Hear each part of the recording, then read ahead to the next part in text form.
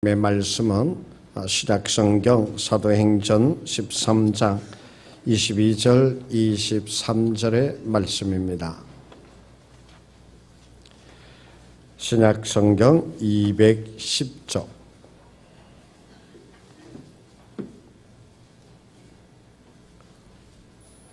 신약성경 210쪽 사도행전 13장 22절 23절 받들어 봉독하겠습니다.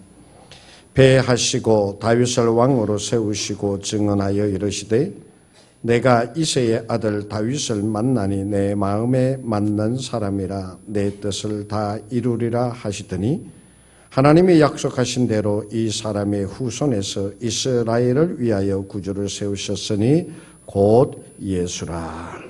아멘. 임마누엘 찬양대 예수로 나의 구주 삼고 찬양 드리겠습니다.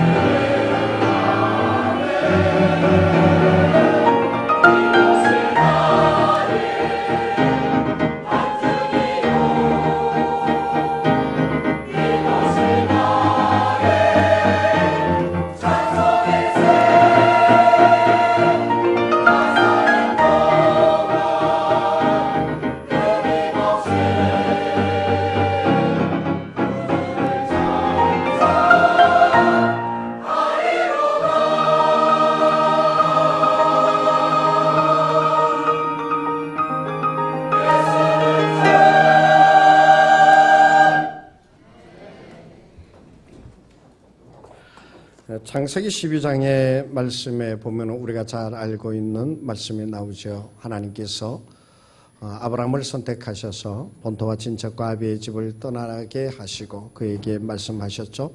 내가 너로 말미암아 천하 만민이 복을 받게 하겠다라고 그렇게 약속해 주셨죠.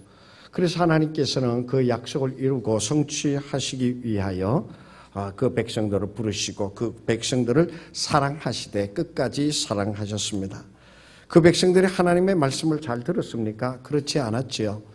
하나님을 무시하고 하나님의 말씀을 듣지 않고 그렇게 나 외에 다른 신을 섬기지 말라 그렇게 말씀하셨음에도 불구하고 이스라엘 백성들은 우상을 섬기고 그 뜻을 따르면서 하나님을 무시하며 나아가는 백성들이 되어졌죠. 그렇지만 하나님께서는 어떻게 하셨습니까?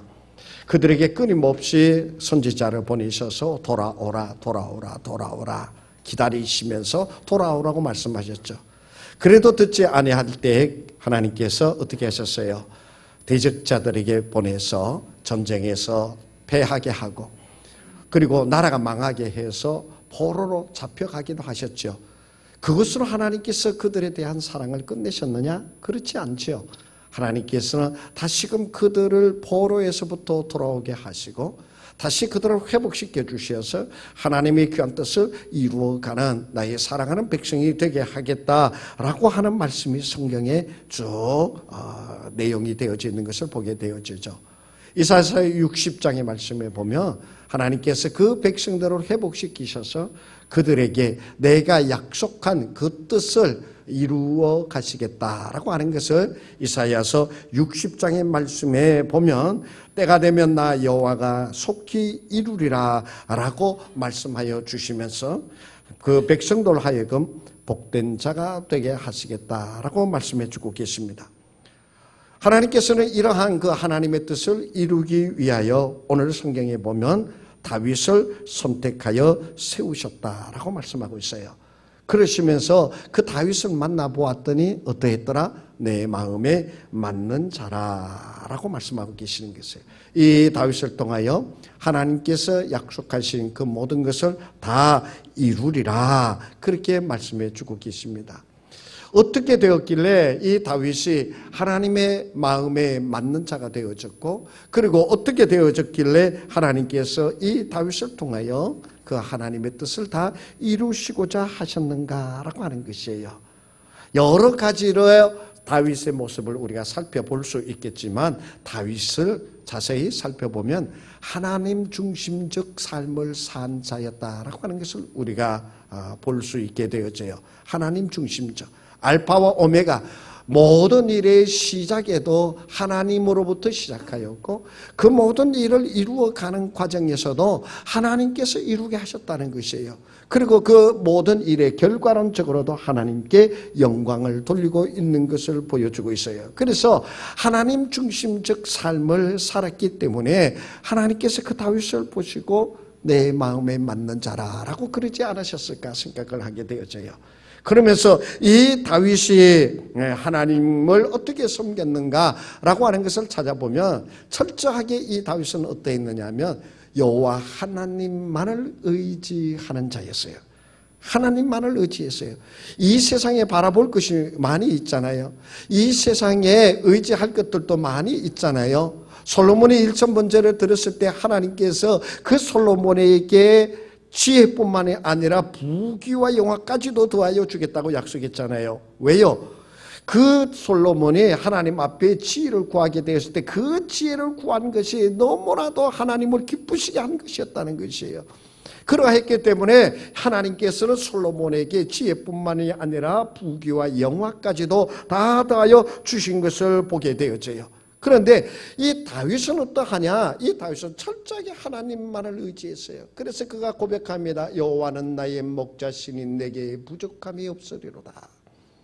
다윗은 하나님만을 의지하였기 때문에 그 하나님께서 자기의 모든 필요를 다 아셔서 때로는 초원에서 배부르게 먹게 하시고 그리고 시냇물을 먹게 하시는 목마름을 죽이게 하시고 그늘에서 쉬게 하셔서 살찌우게 하시는 그 목자처럼 하나님을 의지했더니 이 모든 것을 다 이루시고 인도하시고 역사하시고 또 이끄신다라고 하는 것을 알았기에 여호와는 나의 목자십니다라고 고백하게 되어진 것을 보게 되어져요. 이 다윗이 골리앗과의 싸움에 나아갈 때 어땠습니까? 골리앗은 칼을 의지했습니다. 자기의 덩치를 의지했습니다. 그래서 아주 힘있게 내가 너희들을 다 썰어버리리라 이런 것 가지고 나와서 사울 왕도 혼백이 빠져가지고 도망갔습니다. 군사들은 전쟁도 하지 못하고 벌벌 떠는 지경이 되어졌습니다. 아무도 그 골리앗 앞에 나서는 자들이 없었죠. 그런데 다윗은 물맷돌을 들고 나섰습니다. 왜요? 어떻게 그 다윗이 골리앗 앞에 나설 수 있었어요? 전적으로 여호와 하나님만을 의지하는 자였기 때문에 그것이 가능한 것이었어요. 너는 칼과 창으로 내 앞에 나오지만 나는 여호와 만군의 여호와의 이름으로 내게 나아가노라. 그렇게 나아가게 되어질 때에 그가 골리앗을 이기는 자가 되어졌더라라고 하는 것이에요. 그래서 철저하게 이 다윗은 여호와 하나님만을 의지하는 자였기 때문에 그것이 하나님의 기쁨이 되었고 하나님께서 그 다윗을 통하여 하나님의 귀한 역사를 이루어가게 하셨다라고 하는 것을 우리가 볼 수 있게 되어져요. 다윗이 또 다른 면을 살펴보게 되어지면요, 이 다윗은요 이 세상에 애들 말 나오면 겁나는 것이 없었어요. 그런데 오직 여호와 하나님만을 두려워하는 자였다라고 성경에서 말씀해 주고 계세요. 시편 3편 6절의 말씀에 보면은 이 다윗이 용기 있게 이렇게 말하고 있습니다. 천만인이 나를 애워서 진친다 하여도 나는 두려워하지 아니하겠다. 그 말을 하고 있어요. 천만인, 모든 사람이 나를 반대한 거, 모든 사람들이 힘을 합쳐서 나를 둘러진쳐 나를 공격해 온다 하더라도 나는 절대로 무서워하지 않는다는 말씀이에요. 왜요? 하나님께서 나의 힘이 되시는 것을 이 다윗은 깨달았기 때문에 그래요. 시편 27편 1절에서 여호와는 나의 빛이요 나의 구원이시니 내가 누구를 두려워하리요. 다윗은 이 세상에 두려운 것이 없었어요. 그러나 시편 22편 23절에서 이렇게 말씀하고 계세요. 여호와를 두려워하는 너희여 그를 찬송할지어다. 여호와를 두려워하는 너희여 하나님을 찬송하라는 거예요. 다윗은 이 세상에 두려운 것이 아무것도 없었어요. 천만인이 골리앗이 칼과 창을 들고 덤벼든다 하더라도 모든 사람이 반대한다 하더라도 내가 비록 압살롬에게 쫓겨서 도망을 가고 있다 하더라도 다윗은 두려움에 뜬 것이 아니에요. 왜요? 여호와 하나님이 나의 힘이 되신 것을 깨달았기 때문에 그래요. 그는 여호와 하나님만을 두려워하였어요. 그래서 오직 그 여호와 하나님만을 의지하는 자였어요. 그러했기 때문에 하나님께서는 이 다윗의 혈통을 통하여 예수 그리스도를 이 땅에 보내어 주셨어요. 그래서 그 예수 그리스도를 믿는 자마다 구원을 받게 하여 주셨고요. 그 예수 그리스도를 믿는 자에게 하나님의 나라 영생을 허락하여 주셨고요. 그 예수 그리스도를 믿고 나아가는 자에게 힘이 되어지고 능력이 되어 주신다라고 성경에서 우리에게 말씀해 주고 계세요. 사도행전 4장 12절에서 우리에게 말씀하여 주십니다. 다른 이로서는 구원을 받을 수 없나니 천하 사람 중에 구원을 받을 만한 다른 이름을 우리에게 주신 적이 없다라고 말씀하고 계세요. 그건 무슨 말씀이에요? 오직 예수의 이름만이, 오직 예수님만이 이 땅에 구주가 되어 주신다라고 하는 것을 우리에게 말씀해 주고 계시는 것이에요. 바로 다윗의 혈통을 통하여서 예수 그리스도를 이 땅에 보내어 주시었고, 그리고 그 예수 그리스도를 믿음으로 구원받는 자가 되게 하여 주시고 영생을 누리게 하여 주시고 하나님의 나라를 유업으로 이어받는 자가 되게 하여 주신 줄로 믿습니다. 바로 그 복을, 그 은혜를 하나님께서는 우리에게 더하여 주셨다는 말씀이에요. 로마서 10장 13절에서 바울은 이렇게 얘기합니다. 누구든지 주의 이름을 부르는 자는 무엇을 얻으리라? 무엇을 얻으리라? 할렐루야. 예수의 이름을 부르기만 하면 너희는 구원을 받게 되어진다라고 말씀하여 주신 것이에요. 바로 다윗의 혈통, 하나님께서 내 마음에 맞는 자라고 인정하여 주셨던 그 다윗, 그 다윗을 통하여 예수 그리스도를 보내어 주시고 그 예수 그리스도의 이름을 부르는 모든 자들이 오늘날 구원을 받을 수 있게 하여 주셨다는 말씀이에요. 한편 하나님께서는 이 다윗뿐만이 아니에요. 신약으로 넘어오게 되어지며 바울이라고 하는 사람이 있는데 이 바울을 통하여 하나님께서는 온 땅에 모든 사람들에게 복음이 증거되어질 수 있게 하여 주셨습니다. 여러분, 바울이라고 하는 사람이 어떤 사람인지 잘 알지요.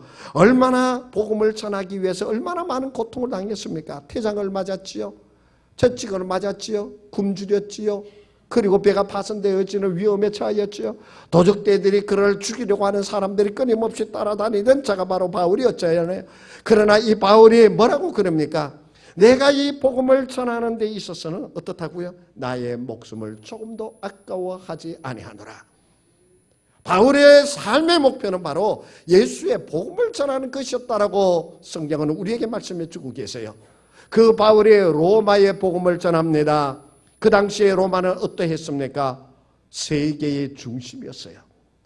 그 로마의 복음이 증거되어졌다라고 하는 것은 온 세계로 복음이 전파되어질 수 있는 발판을 마련하게 되어진 것을 얘기하는 것이에요.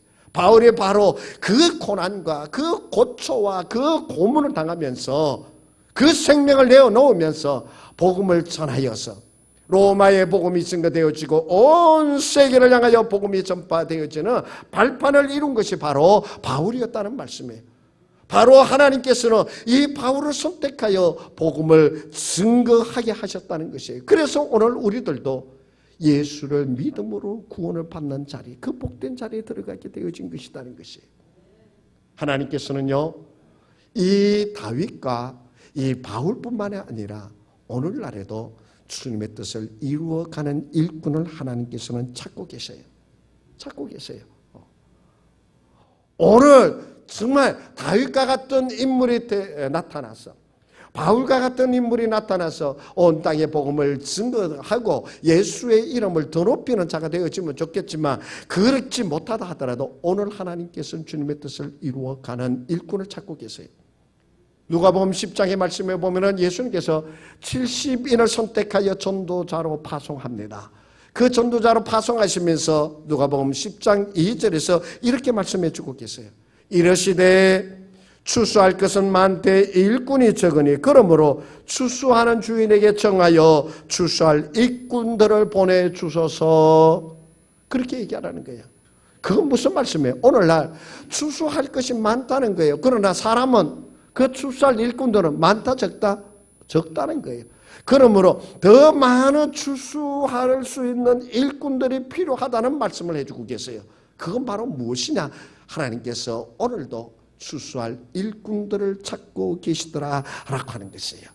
그래서 오늘도 다윗을 보시고 내 마음에 맞는 자라고 말씀하여 그 다윗을 통하여 예수 그리스도를 보내주신 것처럼 하나님께서 바울을 선택하여 온 땅에 복음이 증거되어지게 하신 것처럼 하나님께서는 오늘도 그 역사를 이루어가는 하나님의 역사를, 하나님의 뜻을 이루어가는 자를 하나님께서 오늘도 찾고 계시다라고 하는 것이에요. 그래서 제가 어떠한 자들을 하나님께서 찾으시고 어떠한 자들을 통하여 하나님께서 그 뜻을 이루어 갔을까 생각해 보았어요. 여러 가지가 있을 수 있겠지만 제 머릿속에 제일 먼저 떠오르는 것은 순종이었어요. 순종. 하나님께서는 그 순종하는 자들을 통하여 그 일을 이루어 가시는 것이에요.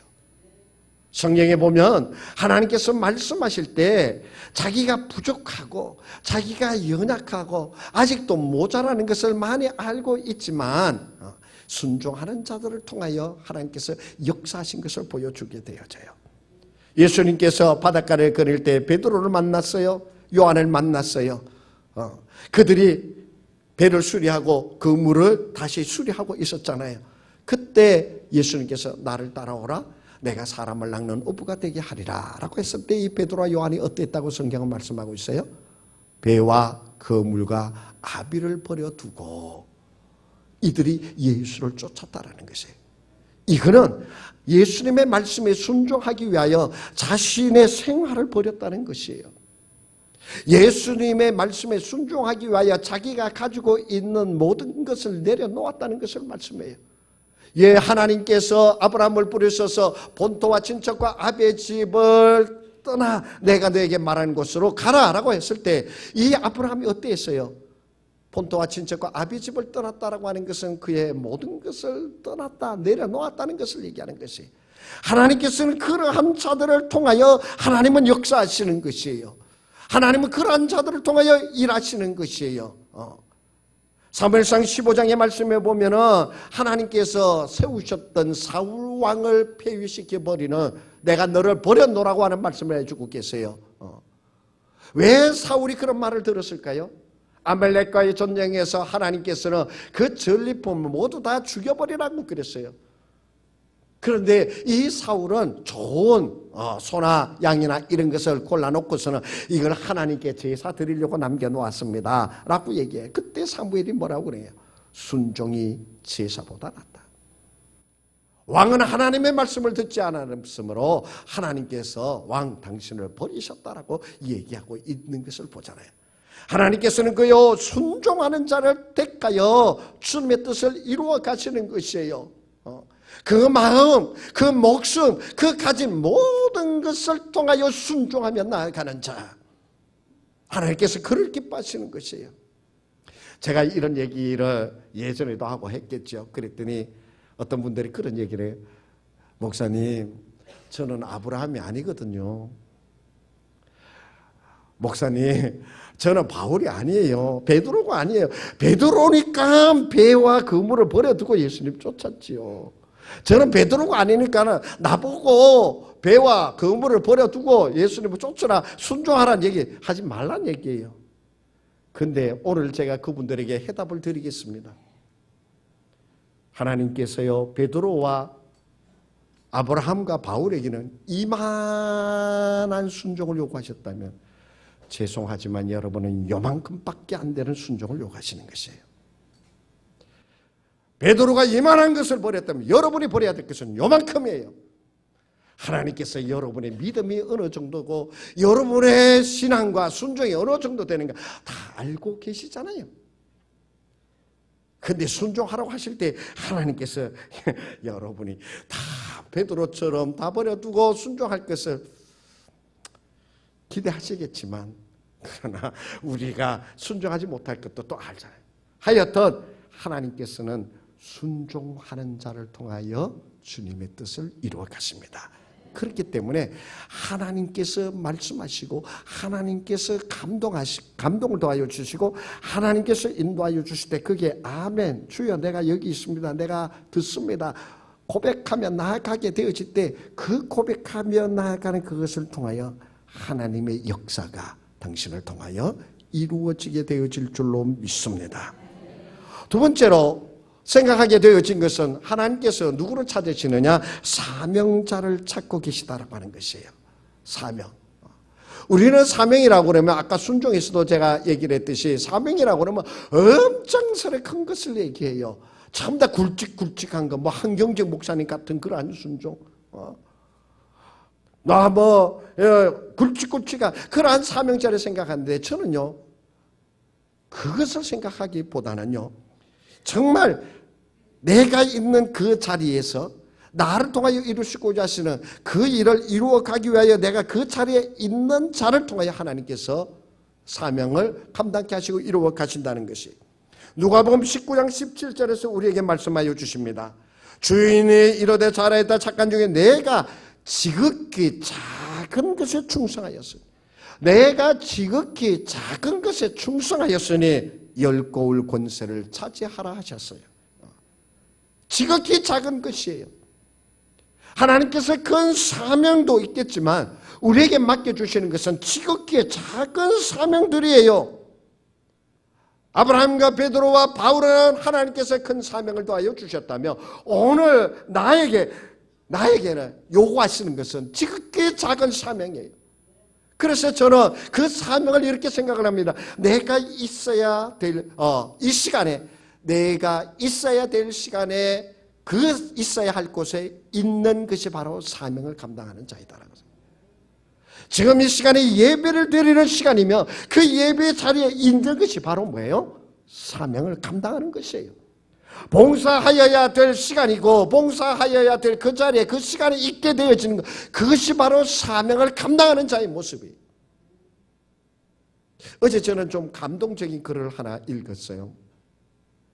어떤 치킨집 사장 부인께서 카톡을 한 것을 이렇게 캡처를 해가지고 올렸어요. 거기에 보니까 이런 얘기가 있었어요. 무슨 저희 남편에게 음료수를 대접했다고요. 너무나 감사합니다.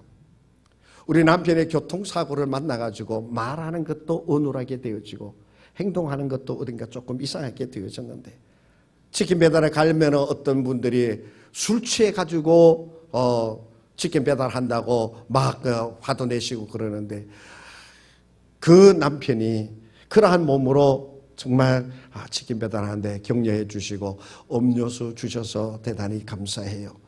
다음에 저희가 더 좋은 서비스로 보답할게요 하면서 카톡을 보냈어요. 그러니까 또 그에게 이렇게 답을 또 보내잖아요. 비 오는 날에 오셔서 치킨 배달해 주셔서 우리로 하여금 맛있는 거 먹게 해 주셔서 너무나도 고마워서 제가 음료수 한 잔을 대접했을 뿐인데요. 저는 학생입니다. 이제 좀 있으면 군대의 부름을 받아가게 되는데 가서 저는 나라를 지킬 테니까 장사 잘 하셔서 꼭 번성하세요. 그러면서 또 답을 보냈어요. 그랬더니 이 아주머니가 또 답을 보냈어요. 군대 가신다고요. 근무 잘하시고 이 다음에 휴가를 받으면 꼭 오세요. 내가 시원한 맥주를 대접할게요. 그랬어요. 그러니까는 이 학생이 또 대답을 합니다. 예, 휴가 맡으면 꼭 올게요. 꼭 한번 방문할게요. 하면서 그 카톡이 끝났어요. 그 카톡 끝나는 것을 딱 보고서 저는 무슨 생각이 들었을게요? 그 학생 집 대문에 신탄제일교회라고 하는 교회가 있었으면 하는 생각이었어요. 사명이라고 하는 것이 큰 것이 아니에요. 그 있는 자리에서 주님께서 나와 함께하여 주심을 드러내는 그 작은 행동들, 그것이 바로 사명이에요. 나가서 예수 믿으시오라고 하면서 온 사방에 다니면서 핏깃을 들고 외치는 것만이 사명이 아니에요. 목숨을 내어놓고 선교사로 파송되어져야지만 사명이 아니에요. 내 있는 그곳에서 주님께서 나와 함께 하십니다라고 하는 것을 드러내는 그 작은 행위 하나가 바로 사명입니다. 그것을 이루어가게 되어질 때 그 대문에 정말 신탄제일교회 교인의 집하고 교배가 딱 붙어 있다면 아마도 그 치킨집 사장님 우리 교회에 나오셨을 거예요. 감동이 되어져서. 그래요. 그게 사명입니다. 마태복음 25장 40절에 우리에게 말씀하여 주십니다. 임금이 대답하여 이르시되 내가 진실로 너희에게 이르노니 너희가 여기 내 형제 중에 지극히 작은 자 하나에게 한 것이 곧 내게 한 것이니라. 이 형제 중에 지극히 작은 자 하나에게 한 것이 곧 내게 한 것이라. 뭐예요? 사명은 큰 것을 이루어가는 것도 물론 있어요. 그러나 내 앞에 있는 지극히 작은 것 하나를 이루어가는 것, 그 지극히 작은 것 하나에 예수의 이름으로 행하며 나아가게 되어지는 것, 그것이 바로 사명을 이루어가는 것이요, 그것이 바로 주님의 뜻을 이루어가는 자의 모습이 되어질 줄로 믿습니다. 마지막으로 하나님께서 어떠한 자를 선택하셔서 그 뜻을 이루어 가실까? 인내하고 참고 견디며 기다리며 끝까지 사모하는 자, 그를 통하여 하나님께서 주님의 뜻을 이루어 가시는 줄로 믿어요. 우리가요 사명을 감당하며 나아갈 때 어때요? 금방금방 하나님이 응답하실 때도 있지만 어떻습니까?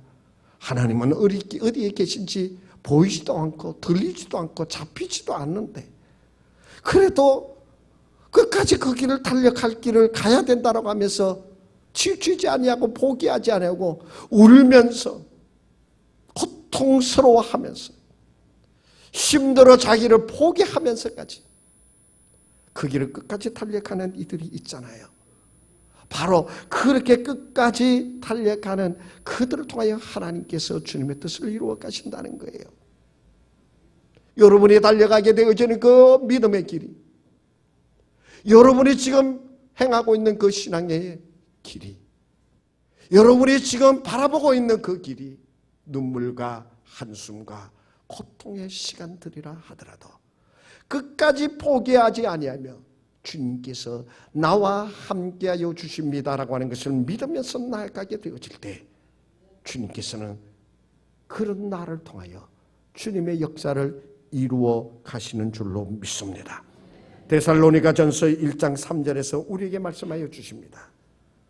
우리 다 같이 한번 읽어볼까요? 같이 읽어보겠습니다. 시작. 너희의 믿음의 역사와 사랑의 수고와 우리 주 예수 그리스도에 대한 소망의 인내를 우리 하나님 아버지 앞에서 끊임없이 기억하미니 뭐예요?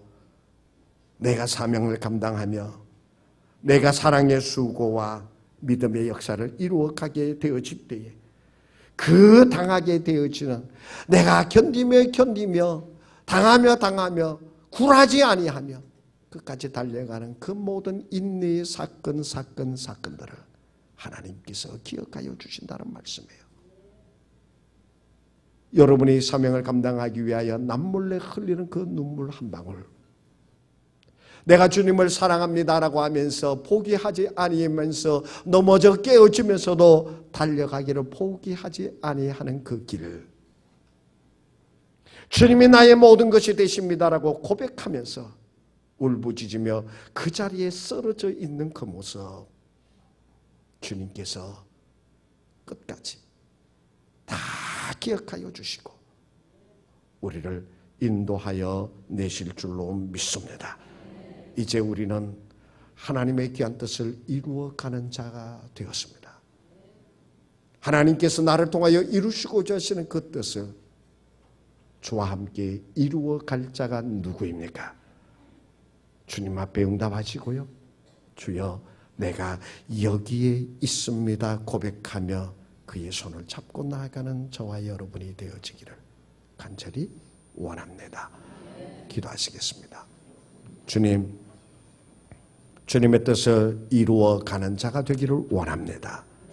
미약하고 연약하고 보잘것없지만 주님께서 나를 붙들어 주셨사오니 그 길을 끝까지 달려가는 자 되게 하여 주시옵시고 주님의 역사를 드러내는 이루어가는 우리가 되게 하여 주시옵소서. 예수님의 이름으로 기도하옵나이다. 아멘.